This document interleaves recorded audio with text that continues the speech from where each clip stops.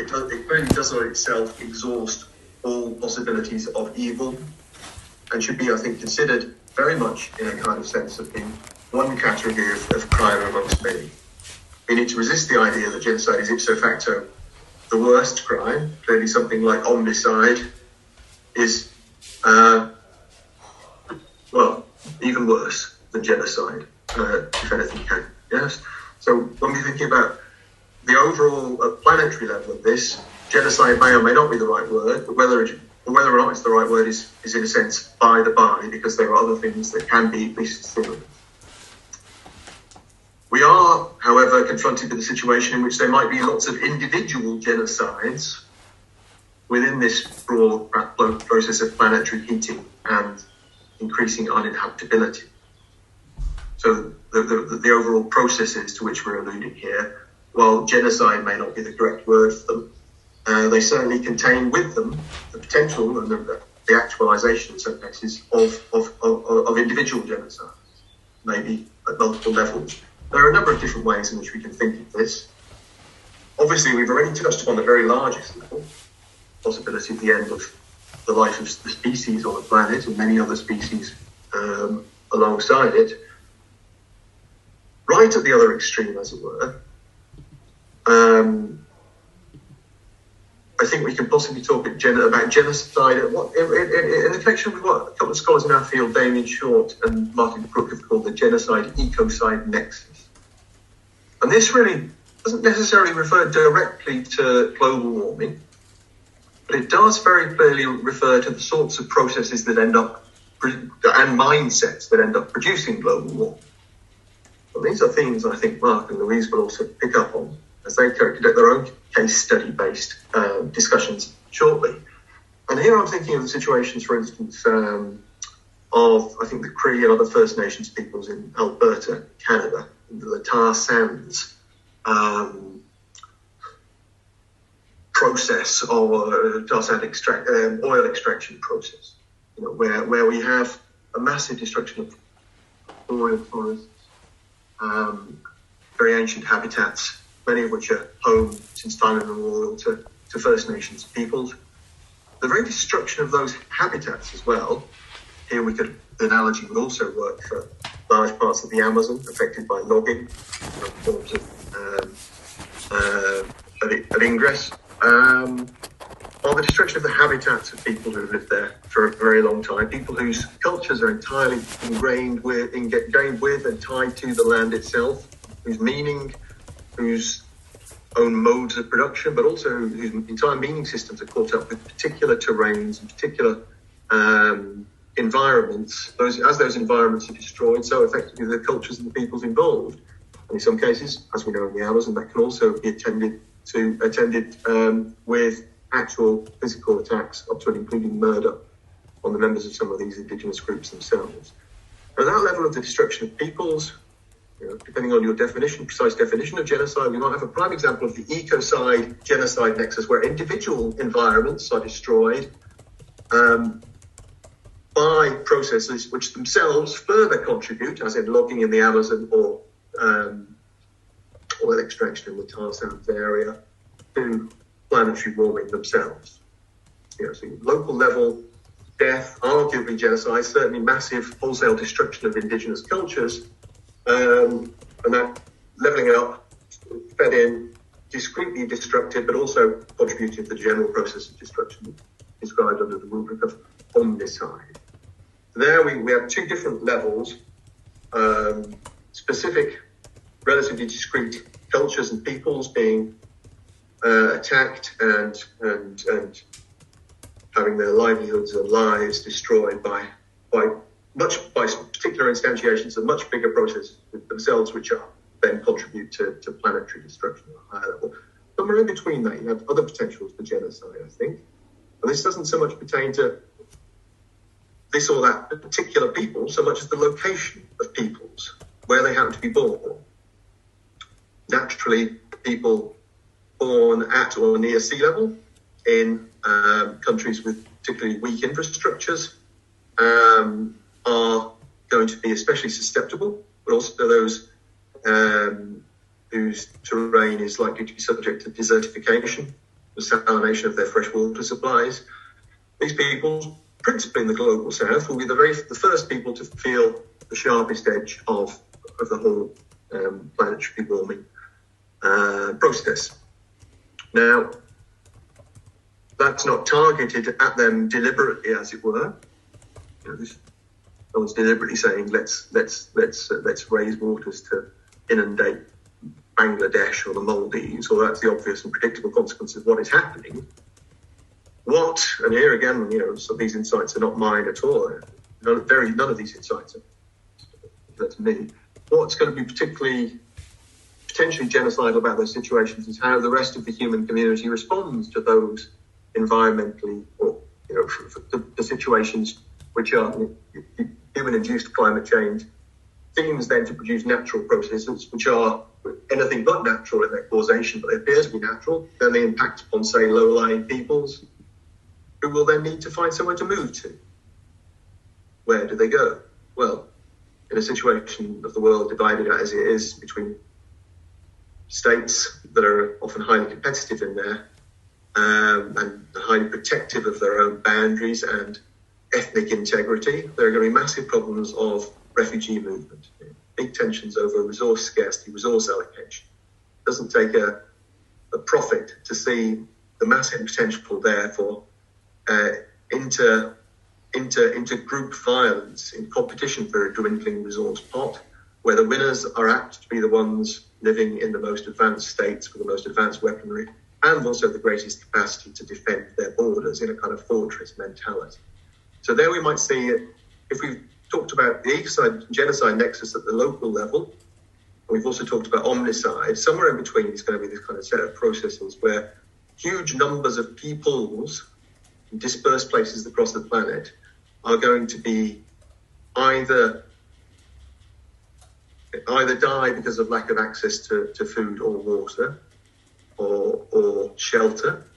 And if they don't, will go on the move and may well then be drawn into other nexuses of violence in terms of competition for safe haven and over the resources that remain.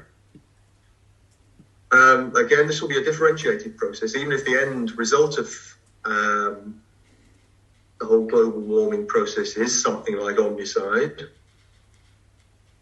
if unchecked, naturally. Whether this is by a sort of roughly linear evolution or by a kind of sudden caesural shift, or a series of sudden caesural shifts that make things deteriorate much swifter than a linear progression would suggest. Whichever way it is, the tendency of this unchecked is towards omnicide, is towards species termination. But on the way to that final end, on the path to that end, the people who perish are going to be very much selected according to where they live, where they're trying to get to, where they're trying to get from. This means the peoples in the global south will, in the first instance, on the whole, be the most vulnerable. Characteristically, the people have, on the whole, contributed much less than in the global north to the whole global warming process in the first instance. So those are the different ways in which we might factor genocide in to thinking about global warming. And as I turn now to think about the next two speakers, Louise and Mark, I think one way of introducing them would be by this another passage from that genocide scholar's statement that I mentioned earlier. Right.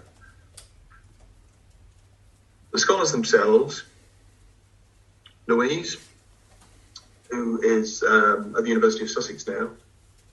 Louise, it's a very interesting background, actually, trained, as I understand, in psychology and philosophy as well as conflict studies. And she appears before us now as an expert in the history of Sudan, I think genocide both in the Nubar Mountains and Darfur. A very interesting sort of selection of your conflict studies, psychology, philosophy, a very interesting kind of interdisciplinary background, and bringing a fascinating kind of critical approach to the study of one relatively well-known case and another slightly less well-known case. And she's going to talk to us today, I think, about Darfur in a bit more detail. And the third of our speakers, Mark Levene, who is well, to my mind, the world's leading authority on genocide, and this will just embarrass him terribly. But also someone who was much earlier than anyone else, I think, in our field, at making the sorts of connections that we're trying to talk about today. Someone to whom I owe a great deal. What joins them together, I think, is going to be this part from that scholar's manifesto that I talked about earlier. So I'm just going to quote from that for a second, and then wax a little longer. So, a quote, also from that Genocide, the statement of April 2021. This apocalypse in the making is not some unforeseen blip or caesura. On the contrary, its causes can be traced to the same forces which created the conditions for modernity, not least through colonial conquest and predation, and with them the arrival of a hegemonic world system. The interrelationship thus between ecocidal and genocidal warfare waged against peoples and planet is built into this anthropocenic term. Why do I quote that? Because I think when Louise talks about Sudan, and Mark surely talks, at least in part, about the Chittagong Hill Tracts in Bangladesh, they're both going to be talking about scenarios in which the issue of climate change is manifestly present, but it's what I think is the animating concept behind their approach. This whole kind of constellation of relations. I mean, whether or not one agrees with that scholar's statement, when I do, agree with that scholar's statement about the grand significance of European colonialism and kind of bringing the world into a particular sort of world system of closely connected relations in which the kind of main driver is a growth-driven obsession. And a particular set of kind of norms about the value and utility of economic growth and the significance or insignificance of things and people as kind of ways of producing that growth. I do buy into that. You don't need to buy into that, the whole story, to recognise the weight of what they say. When they talk about, if we're thinking about human-induced climate change, that's the product itself of a whole group of ways of thinking, or cluster of ways of thinking about interhuman relations, and about relations between people and things. And again, I say this. And as much as being about the climate, actually more than being about the climate, we can view that as one of the many products, and alongside things like resource scarcity and the ensuing wars of resource scarcity, which I think are an inevitable in a growth-obsessed world system. There, I think, talks kind of get at the engine of so much of this, and this kind of process of, in the Sudanese case, of what Marxists would call primitive accumulation by dispossession. And the Chittagong Hill Tracts, and I don't want to step too much on these guys' toes, but what a state, what a nation state, Bangladesh, in a parlous economic situation, is prepared to do to kind of maximise its return on its own natural resources at the expense of significant parts of its population. Now, so they are going to fit into that second part that final part of that statement a bit more. Yeah, that's the idea here, to sort of think a bit more holistically. The prospects of global warming itself are terrifying. It's not the only thing, as I say, resource scarcity and a whole bunch of other mentalities which need to be addressed, I think, if we're ever going to get to the undoing of or at least some kind of mitigation of the effects of global warming. So I would like to turn over to Louise. Great, thanks, Donald. Thanks for that fantastic introduction, and thank you so much to the organisers for the invitation here. And I just want to say thank you to everyone for having your cameras on. It's really nice to see people. I'm used to, in this kind of age of Zoom online teaching, often kind of looking out into a void of blank spaces. So it's really nice to be able to see you. So thank you. And yeah, thank you to the organisers for the invitation and for having me here. So just to kind of give a little bit of background, my work has been primarily on the case of Sudan, and I think many of you might have heard about Darfur.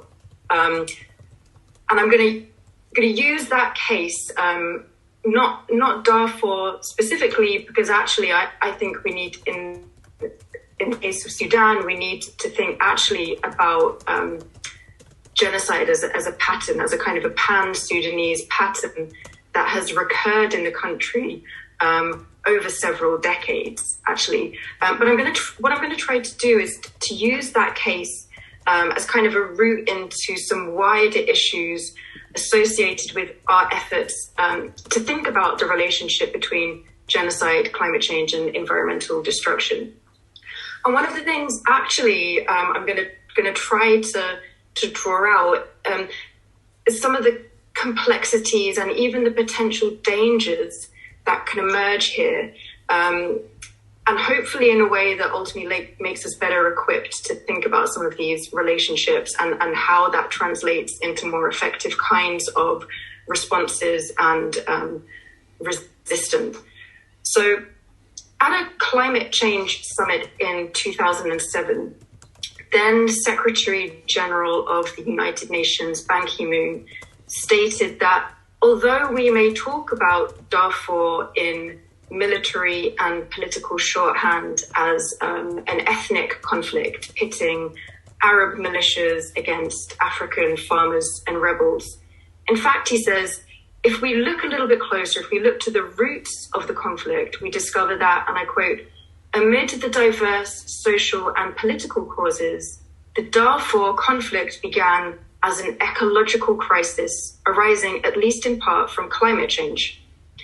And in fact, many others in the West, journalists and other commentators, were also making similar kinds of claims about Darfur being the world's first climate change conflict.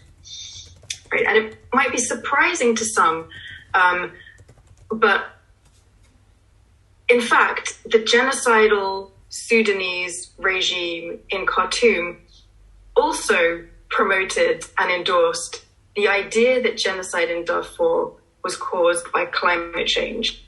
In fact, it made very similar kinds of claims to those being made by the UN Secretary General and other commentators who were declaring Darfur the first modern climate change conflict. And I want to start with that kind of paradoxical kind of situation as kind of a route into this, because I think there is something kind of worrying going on here when the narratives of genocide perpetrators align with the narratives of the United Nations and what we might otherwise think about as quite a politically progressive understanding or explanation in making these kinds of connections.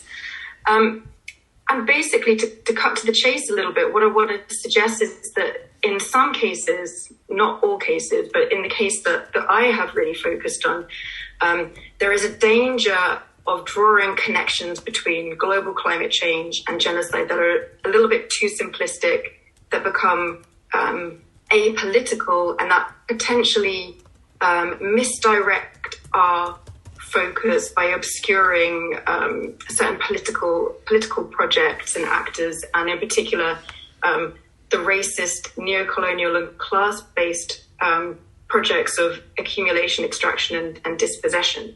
Okay, so at least this is the more complex picture that emerges from my, not only my research, I should emphasize that a lot of other people have made similar claims about Sudan, but this is the more complex picture that emerges from Sudan. And I think there is a danger in kind of implicating the climate change more generally as kind of perpetrator of genocide, because it kind of appears as a more diffuse force that's beyond political control, and kind of there is no clear perpetrator to identify. Now, of course, I certainly don't want to suggest here that in general there is no relationship between global climate change or genocide, or indeed that there are not going to be new kinds of genocidal dynamics emerging in the future as human-induced climate change gets worse. I mean, if you're thinking about these issues from the perspective of the Marshall Islands, for example, you're going to have a very different kind of perspective on these issues. But in the case of Sudan, despite prominent pronouncements about the relationship between genocide and climate change, my view is that it's not quite right to make this direct causal association. But what I want to highlight, nevertheless, is that there are really important environmental factors playing into various other dynamics, and I want to spend a little bit of time highlighting these, and I would situate this kind of more broadly within the framing that Donald highlighted there about this idea of a nexus between genocide and ecocide. So what I think is particularly significant, but sometimes an underplayed factor in the case of Sudan, is the environmental destruction caused by the expansion of really intensive mechanized monocropping agriculture, alongside things like oil exploration and the expansion of really intensive livestock. So production for export on the global market, basically. And this transformation of the economy in Sudan really accelerated rapidly from the 1970s, which coincided with kind of neoliberal transformation of the economy. And it led to really deep kinds of ecological destruction, like soil erosion, deforestation and land degradation, clearance of vegetation, and kind of the resultant localized process of desertification. It also involved massive, violent, forced displacement of largely rural and subsistence communities from lands that they had inhabited for generations. The expansion of intensive agricultural and livestock practices led to the destruction of local ecosystems with which communities had become closely adapted to. And so all of this, the kind of massive dispossession of communities from their lands, really served to sever the relationship between these communities and specific landscapes and ecologies which had developed over generations. And so these processes of accumulation by dispossession, as David Harvey might put it, I think we can understand them as genocidal in their own right. And I actually I don't want to speak for Mark and Donald, but, I'm certainly not original in working with a bit of a broader definition of genocide as not simply mass killing, but also kind of a broader kind of understanding of social and cultural destruction. And actually this is would represent a return to the kind of I think the more radical roots of the originator of the concept of genocide, Raphael Lemkin. I also actually find the work of the philosopher Claudia Card and her understanding of genocide as social death to be actually one of the most philosophically compelling accounts of why genocide should be understood as a distinctive kind of violence. And she's asking specifically about the distinctive kinds of harms that genocide produces, and she understands that harm to be social death.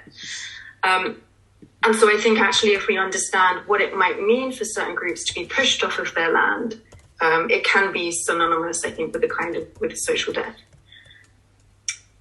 But in addition to all of this, this context of displacement and sociocultural rupture also led to things like livelihood precarity, the threat of starvation, the ecological degradation associated with this kind of intensive agricultural expansion also led to increased vulnerability to drought and food shortages as the kinds of risk-spreading practices, the careful land rotation systems of these groups were no longer viable.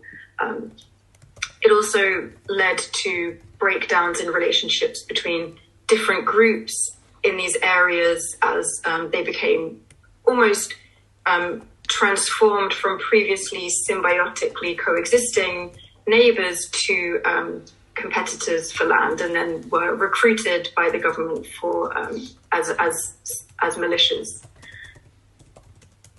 And I just want to preface all of this with that I'm kind of simplifying a lot of this for the purpose of clarity, and I'm moving over quite a lot of information. But one of the key points is that this situation of ecological destruction and sociocultural fragmentation and increasing conflict led to, quite understandably, to increasing communal armed resistance, right? And I think it's when these moments of, and this is something that Mark has also highlighted in his work, really importantly, but it's when these moments of armed resistance begin to emerge that we actually see more extreme manifestations of overt genocidal state violence in order to crush this resistance. And I think it's usually been these intense moments of violence that are really focused on and identified as genocide, without really taking into consideration the broader context of development-driven dispossession and environmental destruction, and all of the social conflicts that this kind of broader situation produced. So the fact that these groups were in many ways responding to and resisting an already existing situation of looming cultural and ecological collapse that I think we can understand through the frame of genocidal social death. Again, now of course I'm simplifying here a bit, and there are a lot of other factors playing into this. I don't want to reduce this all to kind of the processes that I'm describing here. But what I want to highlight is the significance of these kinds of systemic, long-term connections between the environmental destruction caused by expanding schemes of development and the emergence over time of genocidal dynamics. And at the broadest level, to kind of pick up something that Donald was talking about as well, I'm really talking about the violent socio-ecological transformations brought about by colonial capitalist expansion. And again, this is often couched in the language of modernity, civilization, development, take your pick. And this is certainly really, really prominent in Sudan.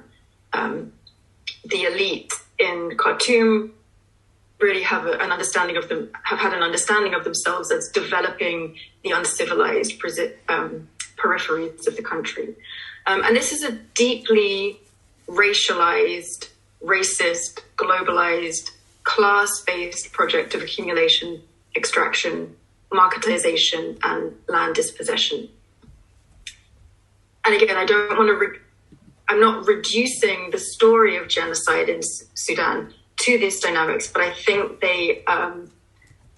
it's an important aspect that has tended to be neglected insofar as people focus on these extreme moments of violent rupture. And a key point I want to make about the relevance of all of this to broader conversations about genocide and climate change, which is as though although I've focused on a much more local story, and I think actually some scholars have highlighted the significance of localized climatic changes in Sudan that have been brought about by these intensive practices of mechanized agriculture. So whilst I'm focusing on this more local story, the very mindset, the racism, colonialism, and the forces of accumulation and state violence that underpin these processes in Sudan, with, of course, very specific Sudanese characteristics as well. Nevertheless, it's these same kinds of mindsets, these same common patterns of kind of state corporate infrastructures of accumulation, which are also driving climate change on a global scale as well. So I think while I'm trying to complicate how we make these kinds of connections, I think there are broader kinds of relevant connections to identify as well. So just to sum up a little bit, I've tried to highlight how, from my own research and the work of other critical scholars in this area, it's not always correct to draw a single direct causal line connecting anthropogenic climate change and genocide. And I've kind of focused on the case of Sudan to demonstrate that. And in fact, narratives that do so, I would suggest, can in fact be depoliticizing and can obscure the politics of what's going on at a deeper level, and perhaps even let certain political actors off the hook.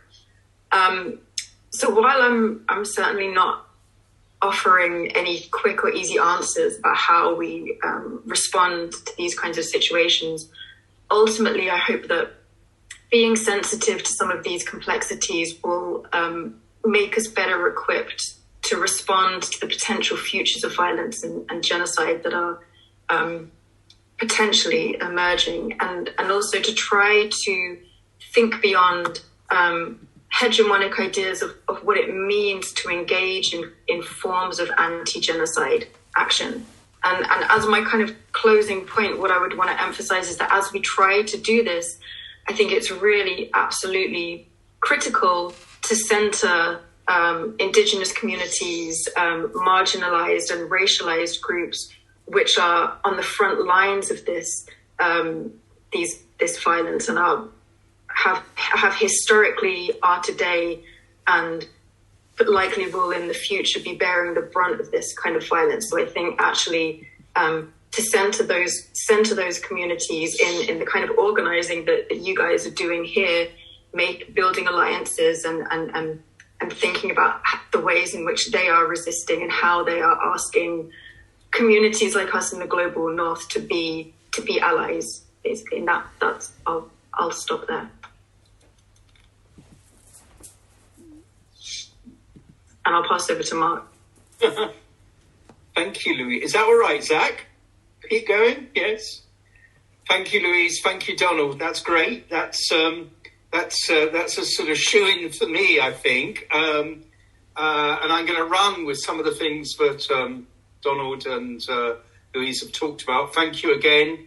Like Donald and Louise, thank you very much to the organisers of this to give us the chance to do this to you. It's not simple stuff. This is in some ways complex, and sometimes one has to run with the complexity. Let me start off by telling you a little bit about me and how I ended up being, in quotes, a genocide scholar for my sins. I was in the, this may be of interest to some of you, because I can see that a lot of you are quite young. And, before the climate change movement, there was the peace movement. And all the way through the 1980s, I was a full-time peace campaigner and activist. But what's interesting and before that, I was an anti-nuclear power activist. So I guess I've been struggling with existential threats to the social organism for rather long, and that makes me a bit of a miserable bugger, really. But en route, it doesn't stop you asking questions. And in the 1980s, I was actually bothered by part of the narrative which was coming out of the peace movement. And that seemed to be, the standard narrative seemed to be, get rid of nuclear weapons and sort of peace will break out. That's very simplistic, but it was a sort of notion that if you could simply resolve this problem, you'd sort of dealt with the problem of conflict. And I found this a bit myopic, actually. And so there was something I wrote way back in about 1987 saying, I don't quite buy that. Shouldn't we be looking at some of the conflicts which are going on in the world now, then in the 1980s, and there were plenty of them, where there seemed to be a lot of, in quotes, ethnic conflict. I didn't quite buy into that terminology, but anyway, it was there. And what about incidences of genocide. And there were, all the way from 1970s and 80s, there were loads of what I saw as incidences of genocide before the one which became famous in 1994, which was Rwanda. So I sort of set out on a path out of the peace movement in sort of trying to understand what this genocide business was about, why there was, in my mind, not so little of it, but so much of it in the modern world. And I didn't really have an agenda, because I never do. I didn't start off with a methodology, because I'm not terribly scientific in that sense. But I ended up sort of deciding that actually all these incidences of genocide, they did seem to have a pattern to them. There was something going on here which didn't simply make them individual aberrations from a norm. And incidentally, the standard view on genocide, the liberal view on genocide, was precisely that, was that genocides are something terrible which happen outside the norm of standard, normal, liberal society, even liberal democratic society. They were the result usually of mad, bad, or sad people doing mad, bad, or sad things. And I rejected that. I came to my own conclusion that actually genocide was something about the direction of human travel, about, if you want to use a fancy word, the trajectory of history itself. And that genocide wasn't the totality of the history, but it was a good indicator of where we were coming from and where we might be going. Now, I didn't have, at that stage, climate change built into this sort of argument at all. Though, for me, increasingly, you could make comparisons between what we've already discussed, that genocide-ecocide nexus, in trying to understand the pattern of what was happening. You could actually look at a particular time in recent human history and look at incidences of what one might call genocide and say, yeah, that seems to have things in common with another part of the world. Let me give you an example of what I'm going on about this genocide-ecocide intermeshing. A case, you might know, you may have heard of, and that is what was happening to Indigenous people in Australia from the early 1800s. Now, this period is sort of, from a climate change point of view, is quite interesting because, we already have a standard, part of our standard lexicon, the term Anthropocene. And the stratigraphical marker for the Anthropocene, as at least put by people like Paul Crutzen and Eugene Sturmer, is around the 1780s. It marks a sort of a change in the geological epochs in which human beings now are fundamental to transforming the environment around them in such a way that the weather, the climate is different as of that point. So it struck me as interesting that in the decades after that moment, we have something going on at the wide peripheries of colonial expansion in an area like Australia, where you get, famously in Tasmania, for example, you have what amounts to the wipeout, almost the total wipeout of the indigenous population of Australia. But it's not a wipeout which is intentional or for its own sake. It's because there is an intended goal, for an agenda for what is going to happen to this area, which is it's going to be flooded with sheep, and the sheep are going to be the beginning of this part of the world becoming part of a global economy. And we can take the sequence all the way through the rest of the 19th century of what happens to the rest of the Australian continent. Vast numbers of livestock are brought in, are bred, and all the way up to what happens in Queensland in the 1880s. Bit by bit, genocidally, the groups who had inhabited this land previously are effectively, if not directly, eliminated, suffocated out of existence. Now, of course, looking back retrospectively, you could say this is the beginnings of a climate change disaster, because, we're introducing livestock who are the producers of vast quantities of methane, for example. So, we can make that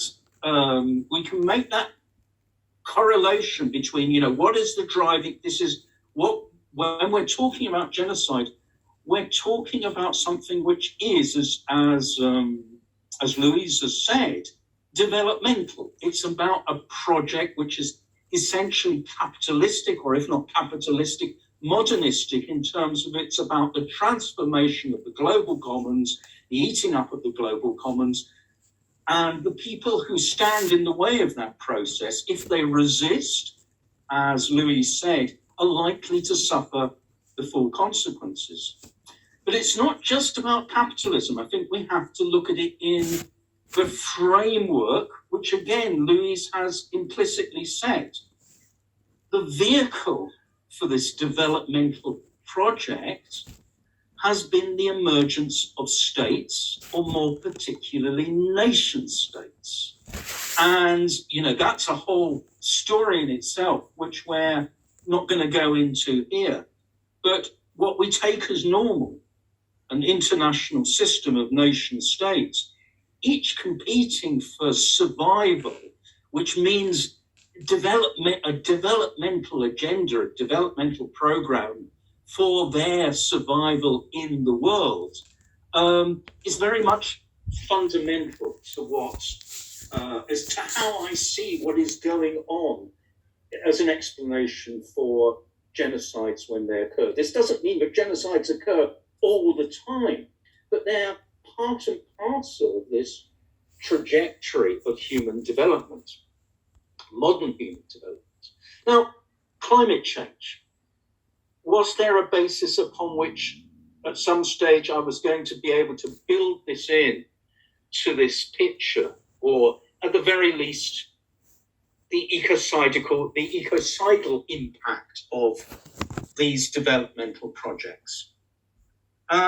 It took me a while to focus on something which might help explain what I was going on about.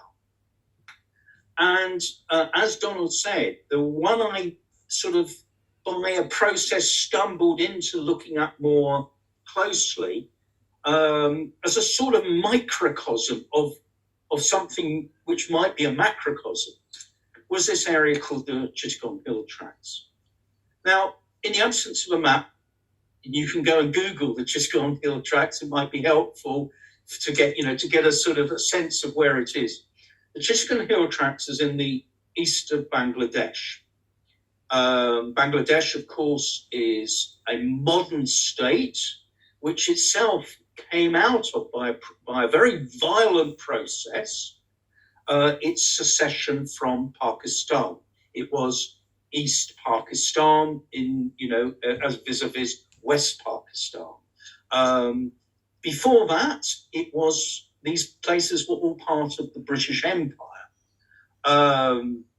The Chittagong Hill Tracts, in fact, was somewhere which was awarded to Pakistan and then became part of Bangladesh as part of something very important in the modern world, the creation of boundaries on maps, in this case by the British. So it was, in some ways, an anomaly that this particular part of the world, with a very, very different population to the majority Bengalis, Bangladeshis, who lived in the Bay of Bengal area, it was different. What you will probably also know about Bangladesh from a climate change point of view are the following important things. One, it has a very large population, and indeed an increasing population. When I wrote my original article on Chittagong Hill Tracks, I think the population of Bangladesh was 116 million. And I looked up this morning what the population of Bangladesh is today, and it's near 165 million. So in the space of, 25, 30 years, that's the rate of expansion. That's one thing about it. Two, you will know that the Bay of Bengal is extremely vulnerable to all sorts of climate-related problems which precede anthropogenic climate change as we understand it. So it's always been very prone to cyclones and therefore flooding, increasingly under the impact of glacial melt.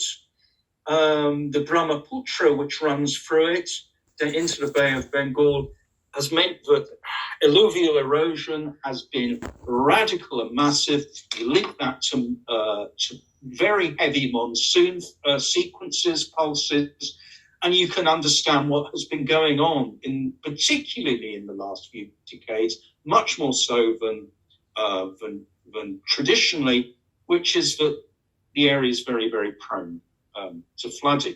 And indeed, climate change forecasts, when I was writing this piece on Chittagong Hill Tracks, CHT, I'm going to call it for short now, were that, and that was back when there were 116 million people living in the country. The estimates then were that something in the region of 70 million people in this very flat, low-lying bay area would be displaced.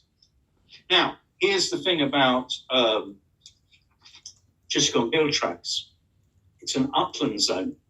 In fact, it's the only upland zone in this otherwise very flat, very vulnerably prone part of the country.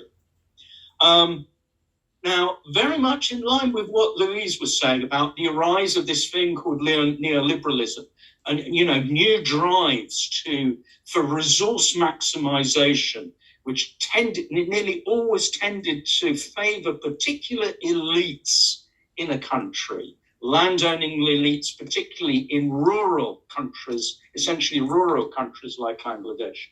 There was a program which was aided and abetted by the West in the 1970s. After this, really, Bangladesh was considered a bit of a basket case economy. So how are we going to get it so that it's resilient and survives within the international economic system? Various projects were sort of devised, and one of them was about CHT. And various consultants were brought in from the West and said, how can we deal with this area to make it more profitable and viable for the project of Bangladesh? How are we going to deal with all this population? If we go back to the 1970s, remember, if we want to take an important book from the 1970s, it was a book called Limits to Growth. This was pre-climate change, but in 1972, this group of boffins got together and said, we're in danger of ecological overshoot. It's all going to go, it's all going to go belly up, basically, and we've got to deal with population, amongst other things. So part of the project was, we've got all these people living in the Bay of Bengal. Where are we going to put them? Well, we're not going to put them in Britain or in America or somewhere. We're going to put them in this territory in the uplands, which is full of timber and it's full of natural resources. And why can't we get the people from the Bay of Bengal up there and they start, becoming farmers up there, and we turn the whole country over to fruit production? This was the consultancy plan. We cut down all the timber and we turn over to fruit production. And hey, by the way, there might be some oil and gas reserves up there as well. So this was the sort of, the goose that laid the golden egg. There is a bit of Bangladesh, which is going to be sort of good for the future of the economy. And by the way, it wasn't, if we relate it across, there were other projects going on in similar parts of the world at the same time, which were very much along the same lines as backed by Western agencies. For instance, there was a project in Indonesia for a new territory, which used to be called West Papua, but they've called it now Irian Jaya. And that was going to have the same population movement of people from other parts of Indonesia, which were overpopulated. Right, so if I can just quote from Louise here, what we're talking about then is a peripherally colonially constituted commodity frontier being created.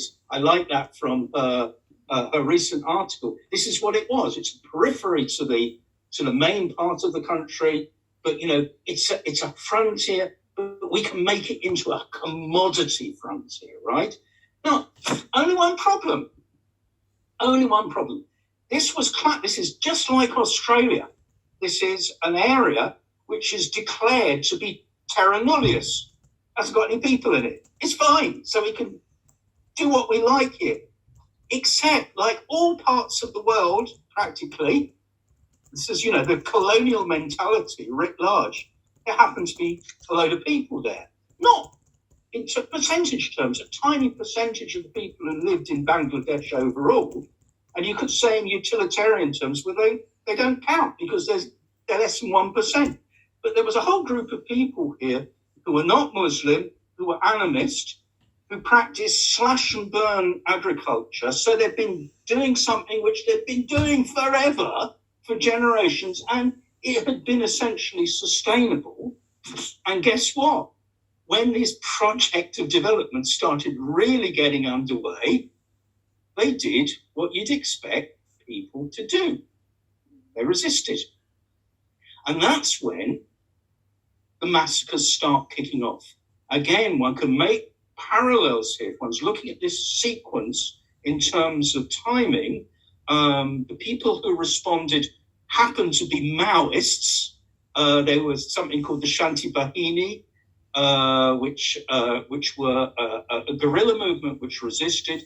So the CIA waded in and said, these people are, they're a clear and present danger, just like they were doing in Guatemala at almost the same time when there is an attempt to wipe out the peoples of the indigenous highland regions.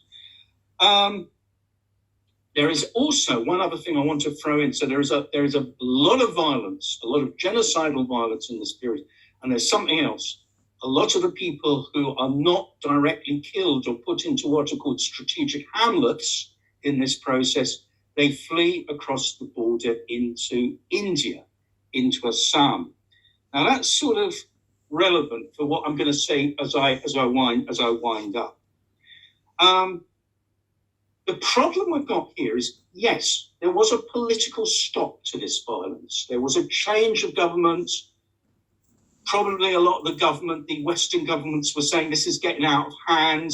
You can't do this. We're going to have to put a halt on the agenda itself. But the underlying problems, the environmental problems, didn't stop at that point. Let me give you an example of what the underlying problems are. I used to give a book to my students to read years ago called Confessions of an Eco-Sinner by Fred Pearce, really good writer on environmental issues. And Fred Pearce wrote about, to his horror, what he was finding about where his prawns came from.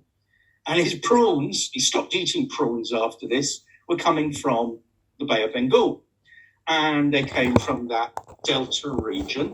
And he was finding out that this very vulnerable Sundarbans delta region was being completely, if I may use the word, fucked up, mucked up by the fact that its traditional paddy mangrove swamp ecosystem, which had acted like a giant sort of sump to prevent massive flooding, etc., was being turned instead into this very neat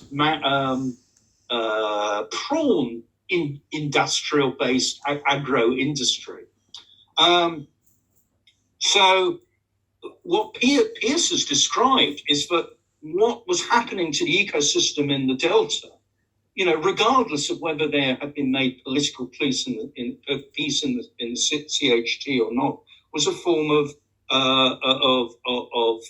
ecosystem meltdown.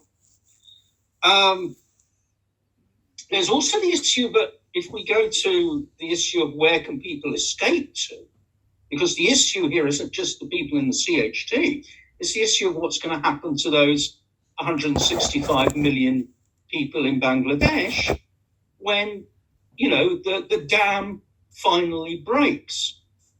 India has a 1,000-mile fence round it, by the way. This is the nature of nation states.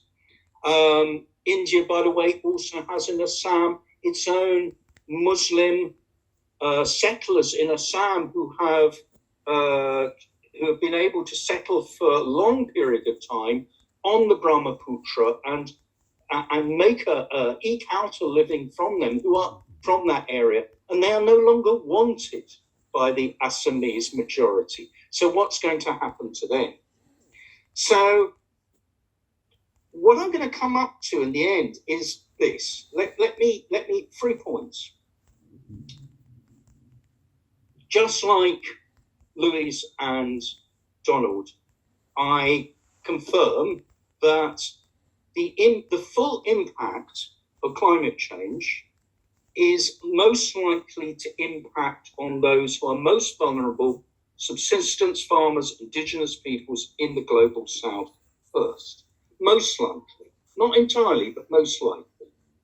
And that's going to be linked to the effects of environmental breakdown, water scarcity, drought, all the things we've already talked about. But all we have to do is look at the broader region, which Louise has talked about. If we talk about Northeast Africa in more general terms, the rate of people ending up as refugees is accelerating.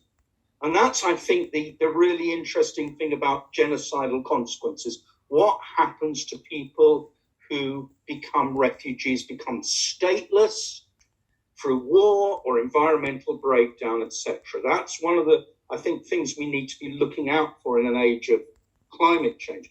But I want to contrast that with ourselves in the global north, because we live in this boundarized nation-state setup. And what we've increasingly seen, patchy, something like what's happened with Ukrainian refugees most recently, is that actually, if you think Brexit, you think Trump and his wretched wall, if you even think the Schengen system in Europe, countries which are rich and feel themselves entitled to their richness are increasingly not willing to share it with people who are displaced from other parts of the world. Maybe the reason, one can say there's an exception for the Ukraine is because there is an empathy with people from the Ukraine, correctly or incorrectly, given the extraordinary nature of present circumstances and the fact that it's in our face. But, will that sort of empathy extend, to all sorts of other people from other parts of the world who we may feel less empathetic to? So, almost finally, just a couple of other points. Genocide, when it occurs in the extreme form, which Louise was quite rightly having a certain reservation about, it tends to happen under crisis conditions, when the state perceives itself to be under threat, and those who are closest at hand as being perceived to be problematic or surplus to requirements, recalcitrant to the agenda of state or whatever, take the full brunt of state effort to resolve the crisis. But a crisis which in conditions of accelerating anthropogenic climate change is actually going to be one of perpetual emergency. So I raise a question mark, how will this trajectory play out? And the answer to that is, of course, I don't know. And in some ways, I don't even want to go there because it's too awful to think about. What I will say finally, to reinforce what Donald has said and Louise, the relationship between anthropogenic climate change and genocide is not directly causal, but the two historically and actually are very, very closely intermeshed. We can be sure that the accelerating impact of the former will lead one way or another to mass death of and within species, ourselves included. How much that is likely to be genocidal in the near future is difficult to forecast or know, but what I've tried to indicate here is some of the elements which are and will continue to make it highly probable. Okay, thanks. Back to Zach. Thank you so much, Mark and Louise and Donald, for sharing so much this evening. I can really tell by some people's faces throughout this call, by seeing so many faces, that people have learned an awful lot, and I have learned so much tonight from this call. And it's crazy how much you can learn in about an hour. It's so crazy, and from all these calls that I've come to, I've learned so much. And we're now going to move on, and we're going to hear from someone from Just Stop Oil. All three of you are very welcome to stick around, but we completely understand if you have to go. That's completely fine. And thank you so much again. I'm sure I speak for everyone on this call when I say what you've told us tonight has been not only very insightful, but also, it just pushes people to want to take action after what we've heard. And like I said, we're now going to speak to someone from Just Stop Oil. So I'm going to pass over to Gabby, who's going to talk about why civil resistance is the appropriate response to, the situation we're currently in. Gabby. Hello, thank you. I was getting a little bit nervous. I don't know why. I've really enjoyed hearing from everyone. I'm amazed at how you remain so cheerful and you're studying genocide. It's like, I imagine you've probably gone through that process a few times of being like, oh my goodness, what am I studying? I don't know, they're like emotional connection. You kind of have to separate yourself a bit. But what I'm going to attempt to do is get us to emotionally connect with what's happening with the climate crisis. People on this call probably already know a lot about the climate crisis, so I'm only going to speak for 10 minutes, and I'm not going to educate you on how bad things are. But I'll just talk really quickly about what we know at the minute, a couple of points.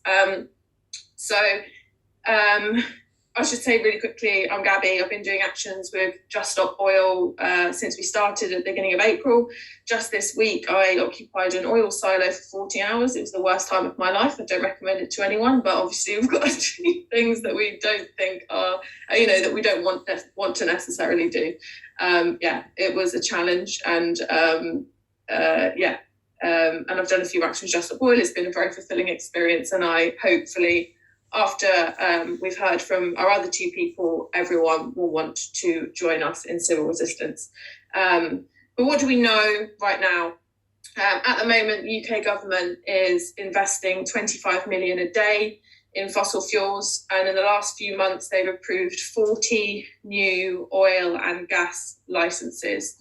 Fatih Birol, I hope I'm saying that right, is the executive director of the International Energy Agency, said last year in May 2021, if governments are serious about the climate crisis, there can be no new investments in oil, gas and coal from this year. And that was last year. And again, I think the rational part of our brain, we all know this, they know this as well, but they're still continuing to push ahead with more oil and gas. I don't need to tell you that human use of fossil fuels are heating up the planet, and when the planet gets too hot, we can't grow food, and we can't grow food, we die. We all know this. But at 2 degrees, as we know, we're going to have at least 1 billion refugees, which is 1,000 million, because we're not going to have enough. Well, we'll probably be okay for a little bit, but people in the global south are not going to be able to grow enough food, and they're going to have to leave where they currently live. And then at 3 degrees, 20% of all of the land becomes uninhabitable. And that's from the Future of the Human Climate niche, those 2 bits, which is all peer-reviewed science. And again, you've probably heard this quote a million times if you've come to something from Just Stop Oil before, which is from Sir David King, which he said last year, which was, I believe what we do in the next 3 to 4 years is going to determine the future of humanity. And now I like to say that's 2 to 3 years, because he said that last year. And what we also know is that from the social science is that the best way to bring about rapid social change is through non-violent civil disobedience.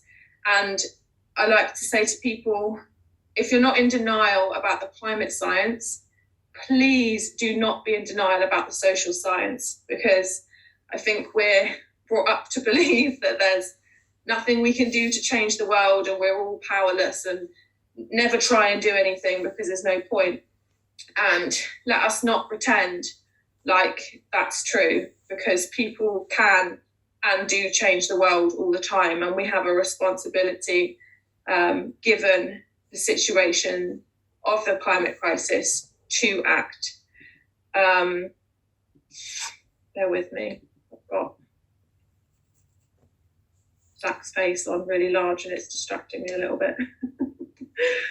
How do I unpin you? Excuse me. Here we go. There we go. I can see everyone now. So, yeah, mass participation in civil disobedience is the best way to bring about the rapid social change that we all know. And it's the thing that, like, everyone kind of understands that, yet we're all kind of, I don't know if scared is the right word, but disempowered.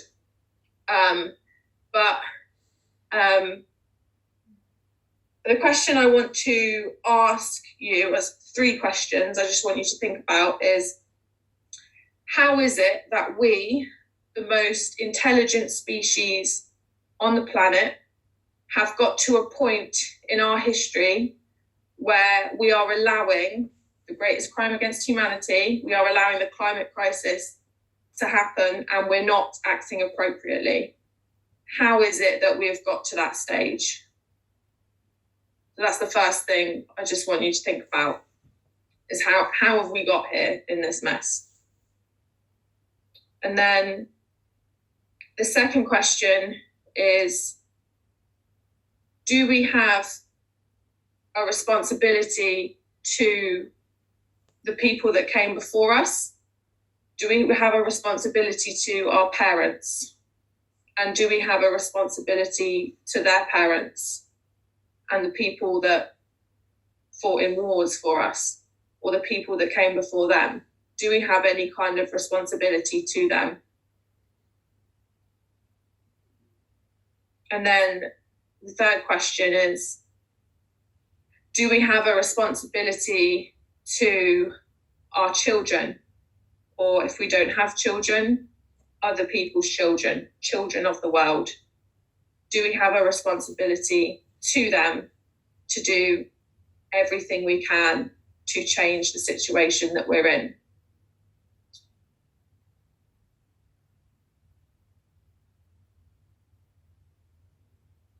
And unless we can really think about those questions, maybe some people think we don't, but I think most people will agree that it's not acceptable for us to stand by a second longer and allow the climate crisis to continue the way it is. So what Just Stop Oil is doing, it's not a protest, it's a movement of civil resistance, a great awakening, you might call it, of hundreds of people all over the UK, and there's other campaigns all over the world of people standing up and saying, take whatever you want from me, take all my money, have all my stuff, lock me in prison. I'm not complying with your system until you meet our demand, which is no new oil and gas licenses in the North Sea. So it's a very simple, easy thing. And the idea is we get one win, and that inspires other people that civil resistance actually works. I probably don't want to, I could keep talking about, we've got 13, 14 people in prison at the moment. They're all doing really great. They're all saying it's the best thing they've ever done. We're not asking you to go to prison at the moment. You're totally welcome to, we'd love that. But what we're asking people is to consider signing up to do one arrest, because as we know, they can't arrest all of us, and they certainly can't imprison all of us. And we are a massive community of people. Not a single person I've ever met has ever regretted any of the actions that they've taken. Even the oil silo, horrendous. I don't regret it. Wouldn't do it again, maybe, we'll see.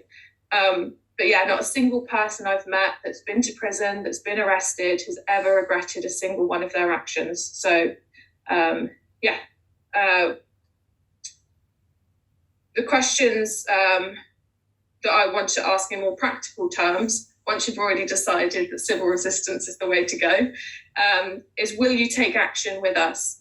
Specifically, will you get arrested with us at least once? Is the first big one. And you'll be like, everyone will sign up. That's what we want, is the best thing. Secondly, will you attend non-violence training? Because you can't go out on an action until you've done non-violence training, and that's purely a strategic thing. It's not because we're all lovely and ethical, even though, you know, that helps. It's because it's a strategic thing, being non-violent. The third thing is, will you donate to the campaign? We recommend £1,000 because it's the end of the world. It's make or break.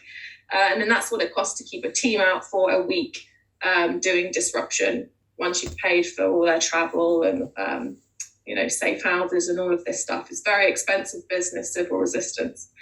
And then the fourth one is, will you support us actively? So we don't want your support in words, although that is nice. We'd like it in actions. So we'd like you to help us doing leafleting, setting up meetings, and when we're in action, to come with us to safe houses and look after our activists as well. I shouldn't use activists because we're normal people in civil resistance, and activists makes us sound different to normal people, which we're absolutely not.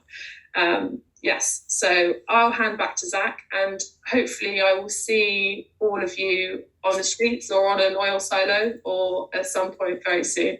Thank you, Zach. Thank you so much, Gabby. And just hearing about the oil silo, it sounds so terrifying, but also so inspiring. And I'm sure it's inspired so many people on this call to maybe step up and take action themselves. And now I think that's a pretty good pathway. We're now going to hear from two people who have taken action with Just Stop Oil over the past month or so. So I'm now going to hand over to Jen, who has been taking action with Just Stop Oil over the past few weeks. Hi, so I'm Jen. Basically, I got involved in Just Stop Oil back in January. And yeah, as mentioned, actions can have started happening in April. So I've been involved in a few of those. But I first just wanted to briefly talk about why I even got so fully committed to this campaign in the first place. And you know, I've always loved nature. I've always really valued the natural environment, and of course, like human beings being part of that too. The communities we've built, the things we've created, the capacity for love that we have. Like, these are things that I really care about, and they're all massively being threatened right now by the systems that we're living in. but I thought, I knew that I wanted to do something about that. So I went into the environmental science. I became an environmental scientist. And yeah, that didn't work out so well for me. It sounds great, being able to do something you're passionate about and you care about, and making a comfortable living off of it. But in reality, I found that working within the environmental sector was causing far more harm than it was good. I was doing things that went against my values as part of my job. I was, for example, the last company I worked for, they also worked on HS2. They helped HS2 become a thing, and maybe not everyone on this call knows about HS2, but this is an extremely destructive and useless project that the government is trying to push through and create. And yeah, this was just one of many projects that these companies work on, that they take on, that they make sound good. They greenwash it and they make it sound like it's needed for the climate, and it's just not. And I was having a real issue with that after a while, and I thought I could change things from within, which is why it took me so long. Like, I was in the sector for 4 years. But I wasn't getting no change of things. But at my last job, when they asked me to fill out a feedback form and give my thoughts on the company, I said a lot of the stuff I was thinking, like, you're greenwashing, we're doing more harm than good, hoping that they would listen to that, it would have some kind of impact. And all that happened was that they fired me. So I was just like, we're just going to let you go. Because I had opinions that involved me caring about the environment genuinely. And so it's at that point that I realized that the jobs I had been doing and the job I was doing was completely damaging and, like, really, really contributing to the problem, and that I was being complicit in this line of work. So I was able to start working for Just Stop Oil full time, which was such a great change, a great transition. It's been so much better for my mental health. And yeah, even doing these actions, they are tough, as Gabby mentioned before. Like, they can be really hard, but they can be really rewarding. So the last action I did was also at Clydebank Oil Terminal, which is here in Glasgow.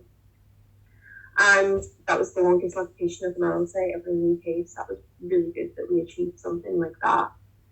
And I went onto the site as a trespasser, which meant I was going to go up onto the pipes to stop the oil being produced. But I am absolutely terrified of pipes. So when I got onto the platform, which is about 3 meters off the ground, and the pipes were another 3 meters above that, maybe, or 2 meters, I don't know. But it was really high. And I was just like, there's no way I can get up in those pipes. Like, I don't have a death wish. I just cannot do that. So me and one other person stayed on the platform below. And yeah, with that, fear of heights, fear of being arrested by the police, because why would you not be a bit afraid of that? When it came the time for the police to, like, lift me off of this platform and get me down and arrest me, like, I was just completely terrified.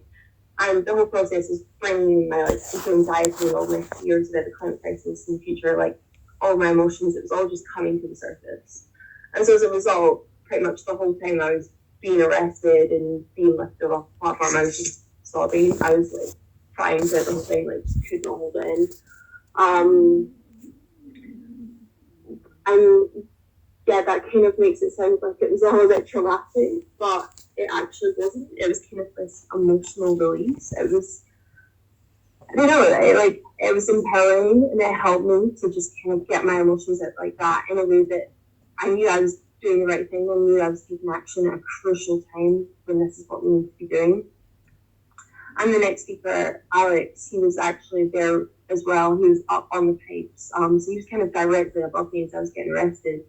And, he was just, like, saying all these supportive things as I was, like, crying on the platform with the police around me. And I thought that was really important to mention, because there's so much love in this group. There's so much community and support and the chance to be around like-minded friends. And so, yeah, if nothing else, there's yeah, it goes back to what Gabby was saying. Like, I do not regret any of the actions I've done, as difficult as they've been, because they've brought me closer to the people I'm with, and we all know the truth, we all know what the right thing to do is in this time. And coming together and doing something about it is very empowering and very rewarding. Thank you so much for that, Jen. Super inspiring as well, like Gabby. Hearing about you, overcoming your fears and how people were so supportive on the ground is just so wonderful to hear. And, I had a very similar experience myself. And I think everyone else who has taken part in Just Stop Oil has had these amazing experiences where the people around them have been so supportive. You mentioned Alex, the person who was above you in the oil terminal. And so, pass on to Alex now, who's going to explain also why they've felt the need to take action with Just Stop Oil. Thank you, Zach, and thanks, Jen.